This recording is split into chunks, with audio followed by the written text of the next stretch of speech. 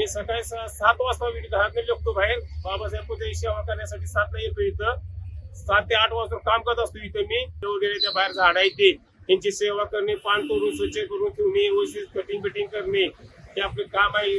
आणि गवत आहे गवताला पाणी मारणे हे बाबासाहेबांच्या विचाराचं असं मी काम करतो. आज पुतळ्या बसलं.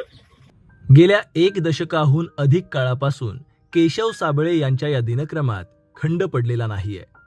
सांगली जिल्ह्यातील विटा शहरात उभ्या असलेल्या विश्वरत्न डॉक्टर बाबासाहेब आंबेडकरांच्या पुतळ्याच्या स्वच्छतेचं काम ते अखंडपणे करतायत.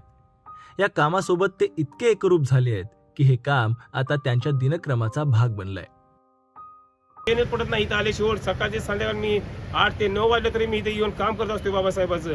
जर मी कामातून नाही इथं काम नाही आलो तर मला दिवसभर कामात काही करमत नाही. मला इथं आल्याशिवाय काम केल्याशिवाय वाटत नाही, म्हणून मी इथे देतच असतो येताना. डॉक्टर बाबासाहेब आंबेडकरांनी आम्हाला गुलामीच्या जोखडातून मुक्त केलं, आम्हाला माणसात आणलं. या ऋणात राहून आपणही त्यांच्यासाठी निस्वार्थीपणे काहीतरी करावं या भावनेतून ते हे काम करतायत. बाबासाहेबांचा आम्हाला विचारच आम्हाला पडते. बाबासाहेबांनी कोणालाही त्रास दिला नाही. कधी पैशासाठी बाबासाहेबांनी आश्चर्य कोणाची पत्कारली नाही. ही आमच्या डोक्यात पहिल्यापासून विचारते बाबासाहेबांचं. हे बाबासाहेबांचे विचार घेऊन आम्ही चालणारी माणसं आहे. बाबासाहेबांची केलं तीच आम्ही बाबासाहेबांच्या पाठीमागे करणार आहे. आम्ही पैशासाठी धनदौलतीसाठी आम्ही कुठलीही गोष्ट करणार नाही. बाबाच्या विचारात धरून आम्ही काम करणारी माणसं आहे. परिस्थिती कशीही असो, पण जिथे बाबासाहेबांचा विषय येतो तिथे आंबेडकरी अनुयायी कशाचाही विचार करत नाहीत. हे आदर्श उदाहरण केशव साबळे यांनी आपल्या कर्तृत्वातून घालून दिलंय.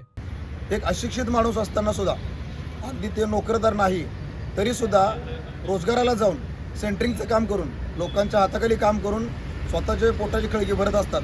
पण बाबासाहेबांच्यासाठी या पुतळ्यासाठी स्वच्छता म्हणून माझे बाबासाहेबांच्या चळवळीला काहीतरी योगदान असावं यासाठी ते दररोज सकाळी येत असतात. देशातील चौकाचौकात दिमाखात उभ्या असणाऱ्या पुतळ्यांच्या सौंदर्यामागे केशव साबळे यांच्यासारख्या कधीही उजेडात न आलेल्या अनेक कार्यकर्त्यांचे हात कित्येक वर्षांपासून राबतायत. याची आठवण प्रत्येकानेच ठेवायला हवी.